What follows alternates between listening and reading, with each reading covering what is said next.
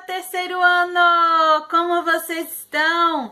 Espero que estejam todos bem, ok? Vamos lá, pessoal! Hoje é terça-feira, dia 28 de abril. Muito bem para quem acertou. Pessoal, olhem só a surpresa que a tia Carol trouxe hoje. Hoje aqui com a gente temos a Cacá, como chamamos à tarde, e a Preguicinha, como chamamos pela manhã, ok? Ela veio mandar um beijo, dizer que está morrendo de saudade de vocês, e a tia Carol também está, ok? Um beijo para todos, de todas nós. Então, vamos iniciar o nosso dia? Primeira coisa, hoje nós vamos aprender um pouco sobre as comunidades ribeirinhas. Olha, nós aprendemos um pouco sobre os indígenas e sobre os quilombolas, lembram? Então, hoje vamos conhecer um pouco sobre a comunidade ribeirinha e também vamos aprender sobre as crianças que vivem nessas comunidades. Como que essas crianças vivem diferente das crianças da sua idade, por exemplo.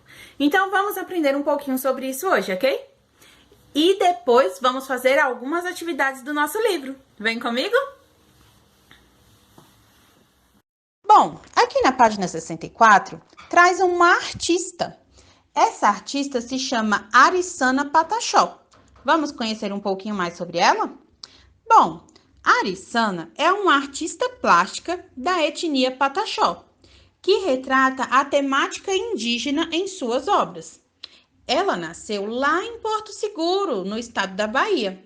Ela fez um curso lá na Escola de Belas Artes e se tornou depois uma mestre em estudos étnicos e africanos lá na Universidade Federal da Bahia. Atualmente, ela vive em Coroa Vermelha e também trabalha como professora de artes em um colégio. Ela realiza atividades com seu povo e também com povos indígenas lá da Bahia. Ela amplia os seus conhecimentos e compartilha suas experiências com diferentes grupos de pessoas. Em suas obras, ela utiliza técnicas distintas, como fotografia, pintura e também ganhou mais espaço no Brasil depois que ela fez exposições em diversos locais do país. No ano de 2016, ela ficou em segundo lugar no Prêmio Pipa, que tem como objetivo tornar-se o maior prêmio de artes visuais do país. E também a sua criação visa premiar e consagrar artistas brasileiros que vêm se destacando nessa área. Então, aqui nós temos a imagem dessa artista, ok? Espero que vocês tenham gostado de conhecê-la. Então, vamos lá. Pegue o seu livro na página 65. Vai lá, rapidão. Bom, aqui vamos falar sobre os ribeirinhos. Gente, alguém sabe me dizer o que são os ribeirinhos? Será que tem alguém que sabe? E será que tem gente que também não sabe? Então, para tirar essa dúvida, vamos descobrir quem são os ribeirinhos. Bom, os ribeirinhos são pessoas que vivem próximo aos rios e elas dependem do rio para realizar a grande parte das suas atividades diárias. Bom, aqui temos um motivo para isso. Aqui fala que elas possuem uma relação muito especial com o rio do lugar onde elas moram, porque é lá nesse rio que elas pescam, elas realizam as atividades dela de lazer, de esporte e também elas utilizam aquela água para beber e para cultivar alimentos. Ou seja, pessoal, esse rio significa toda a rotina daquelas pessoas, não é verdade? Ali elas brincam no rio, elas usam a água do rio para comer, para fazer as comidas, para beber água, para tomar banho. Então, sem o rio, essas pessoas não conseguem viver. Mas tem outra coisa muito importante sobre a vida delas com esse rio. Vamos descobrir? Bom, aqui também fala que essas pessoas moram em casas conhecidas como palafitas. Acredito que vocês já tenham estudado sobre elas. Bom, Essas casas possuem estruturas que são construídas sobre estacas às margens dos rios. E então, pessoal, se essas casas ficam ali nas margens dos rios, significam que essas pessoas também moram praticamente dentro do rio, não é verdade? Então, o rio é toda a vida daquela pessoa que mora naquela comunidade, ok? Bom, os rios são a única via de acesso para a maioria dessas comunidades. Ou seja, se você não for de rio, você não encontra as comunidades ribeirinhas, porque elas moram bem afastado de muita gente. E para chegar nessas comunidades, as pessoas precisam de que meio de transporte? De barcos, não é verdade? Ou barcos, ou jangadas, ou algumas pessoas utilizam botes também. Então, ali precisa do meio de transporte que vá na água, ok? Aqui temos um exemplo de uma casa de palafita que fica no município de Tefé, lá no estado do Amazonas. Vocês conseguem observar que a casa está realmente na água? Porque ali, pessoal, não tem nada perto. Tem árvores, mas é lá no fundo. Tem outra árvore aqui perto, mas a árvore também está dentro da água. Então, eles moram dentro d'água. Vamos ver aqui embaixo. Fala bem assim. Os ribeirinhos detêm muito conhecimento sobre a natureza do lugar onde vivem, porque eles precisam conhecer essa natureza, porque eles precisam conhecer a época da chuva, eles precisam saber o volume da água, quando que ele sobe, quando que ele fica mais baixo. Também precisam saber quando chove naquela região, eles precisam saber quando eles podem plantar. Então, eles precisam conhecer muito sobre aquela água, sobre aquele lugar.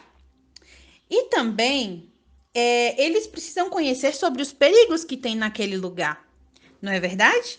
Precisam conhecer os perigos, precisam conhecer quais plantas que dão naquela região, quais ervas que nascem ali, o que eles podem usar para cuidar da saúde deles, não é verdade? Já que eles moram muito longe de tudo e de todos.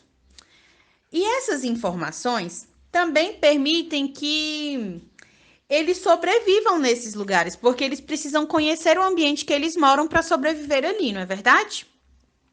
Então, aqui na página 66, fala o seguinte: assim como para povos indígenas e para as comunidades quilombolas, os ribeirinhos são um motivo pelas quais eles valorizam muito o tipo de conhecimento que é transmitido de pai para filho, ou seja, de geração em geração. A vida em harmonia com a natureza promove sua conservação e é fundamental para esses grupos. Então, aqui, pessoal, a maior parte do conhecimento dessas pessoas vem do que o pai contou para um filho, o avô contou para o neto, entenderam? Então, o conhecimento deles é mais baseado nessa forma. Bom, agora temos uma curiosidade lá no Você Sabia. Aqui fala o seguinte: os povos da floresta. Gente, vocês conhecem os povos da floresta? Você já ouviu falar nesse pessoal? Eu não sei. E vocês conhecem? Bom, então vamos conhecer juntos. Bom, esses povos historicamente vivem na floresta amazônica e é de lá que eles tiram o sustento da família deles. Entre os trabalhos realizados por esse pessoal estão o dos seringueiros, que eles extraem o látex das árvores para fazer borracha, e tem também os castanheiros, que vivem da extração de castanhas. Muitas dessas pessoas se dedicam à pesca ou então à agricultura voltada para o próprio consumo e para o consumo das suas famílias. Então, ali eles plantam e colhem para eles poderem comer e sobreviver, ok? Desse modo, é correto dizer que essas pessoas dependem da floresta. Elas extraem os recursos para sobreviver.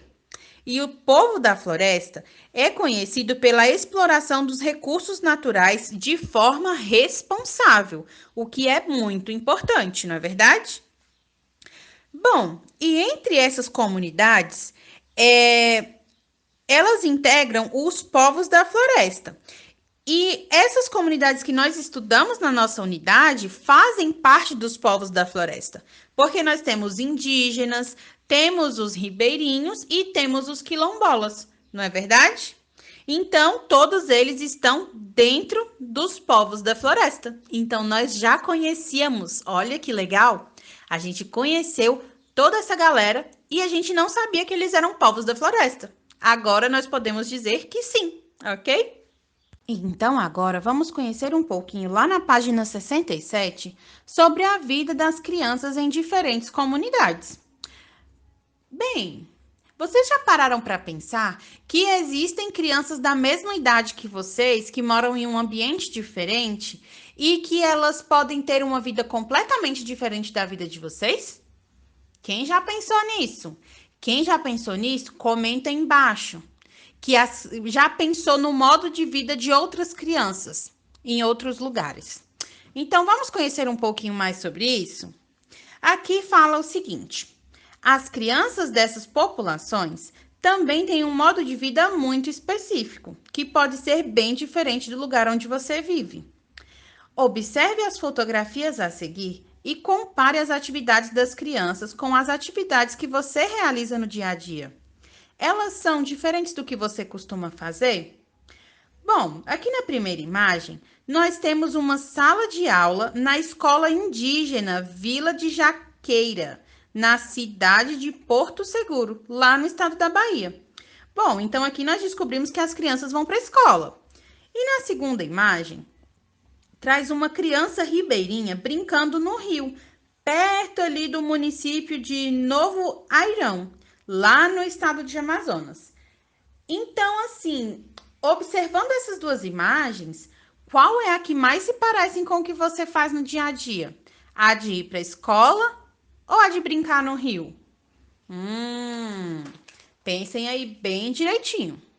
Bom, aqui na página 69, na parte interação, fala o seguinte: pesquise em jornais, livros ou na internet alguma informação sobre a rotina escolar das crianças ribeirinhas. E não se esqueça de pedir ajuda para um adulto para visitar esses sites na internet. Depois dessa breve pesquisa, comparem a escola de vocês com a escola ribeirinha, respondendo às perguntas a seguir. Então, aqui, pessoal, o que vai acontecer? A tia Carol já trouxe essa pesquisa para vocês. Vamos ver essa pesquisa? Pessoal, vamos lá. Como vocês podem observar nas imagens, as crianças ribeirinhas têm uma maneira diferente de conseguir chegar na escola, não é verdade? Elas precisam pegar um barco, viajar às vezes muitos minutos, uma distância muito grande para conseguirem chegar na escola, não é verdade? As escolas das crianças ribeirinhas, elas também têm um ciclo diferente dos nossos. Lá, eles têm um calendário letivo adaptado para a realidade deles. Por exemplo, eles precisam de um calendário que seja mais flexível em relação aos dias de chuva, por exemplo. Não tem como as crianças ribeirinhas pegarem um barco para irem à escola num dia de chuva forte, entendeu? Então, elas precisam ter tudo muito flexibilizado. Então, lá já é diferente. E também tem outra coisa. Lá, eles têm uma...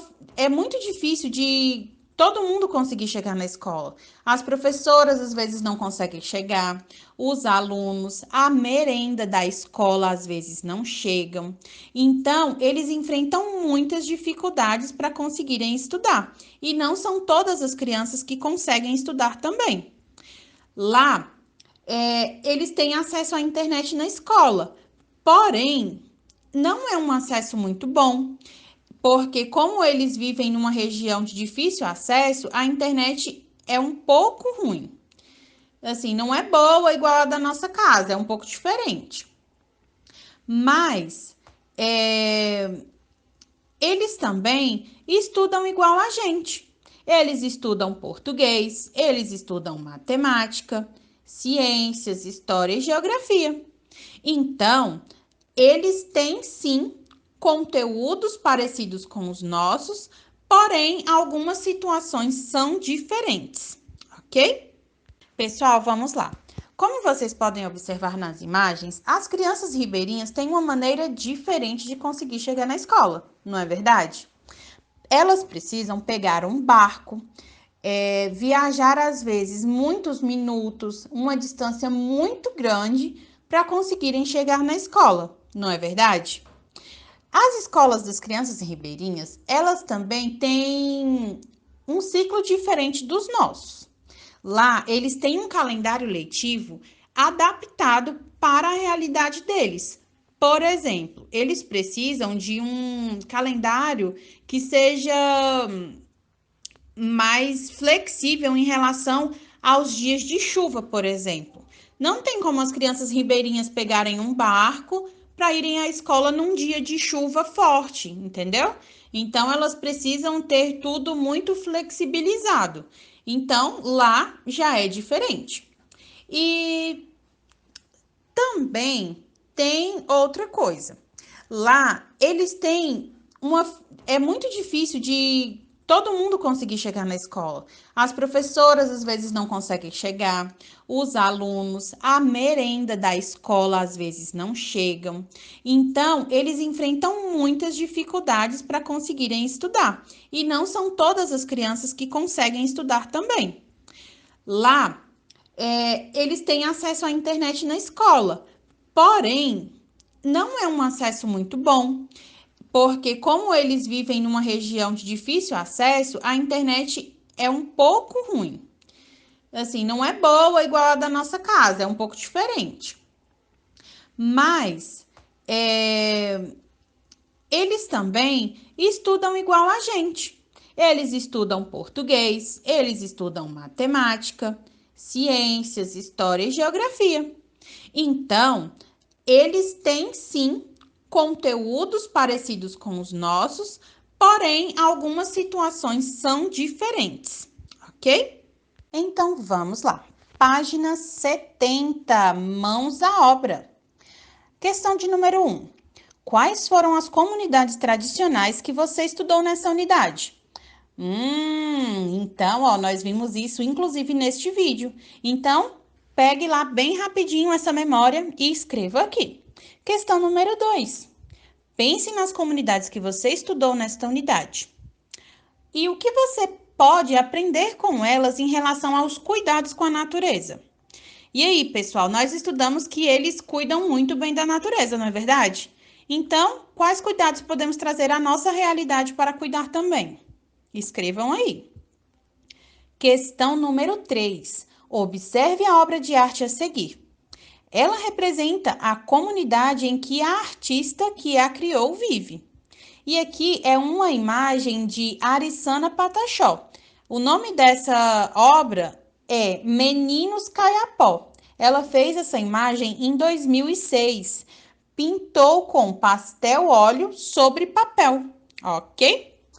E aí aqui embaixo pergunta o seguinte, na letra A. Qual comunidade a essa artista pertence? E aí, pessoal? Que comunidade que essa artista pertence? Vocês sabem? Vamos lá. Página 71, letra B. Como você chegou a esta conclusão sobre aonde essa artista mora? E aí? Escreva bem aí rapidinho, por favor. Letra C. O que as crianças da imagem estão fazendo? Observe lá bem rapidinho. Questão 4. Observe a imagem a seguir e depois responda. Aqui nós temos uma imagem com a estátua em homenagem a Zumbi dos Palmares, que foi líder do Quilombo dos Palmares lá em Salvador, no estado da Bahia. Letra A. Quem é a pessoa que essa estátua homenageia? E aí, vocês sabem? Espero que sim. Letra B. Qual o nome do local em que a pessoa homenageada pela estátua vivia? E como era este lugar? Então, aí, vamos voltar lá nas páginas do livro onde a gente leu para descobrir isso. E última questão, questão 5. Como são chamados os grupos caracterizados pela forte ligação com o rio e que dependem dele para sua sobrevivência? Acabamos de estudar sobre isso, então coloque aí para funcionar a memória, ok? Vamos aos nossos beijos aos participantes da nossa última aula de geografia, lá no dia 14, não é verdade? Então, um beijo para Maria Eduarda, para Davi Marques, Lucas Martins, Isadora, Davi Moreira, Adriel, Carlos Eduardo, Miguel, Larissa Feitosa, João Pedro, Letícia, João Gabriel S., Sofia Andrade, José Paiva, Gabriela Andrade, Davi Rocha, Esther, João V., Cauã Machado, Gabriela Helena, Alana, João Gabriel C., Júlia Alves, Natália Aguiar e Mariana Rodrigues. Pessoal, vocês estão de parabéns. Muito bem, continuem assim. Um beijão para vocês. Pessoal, nossa aula de hoje acabou. Espero que vocês tenham gostado e espero que vocês tenham aprendido mais um pouquinho. Tia Carol quer mandar um beijão para vocês e dizer também que eu estou morrendo de saudades, ok? Um beijo!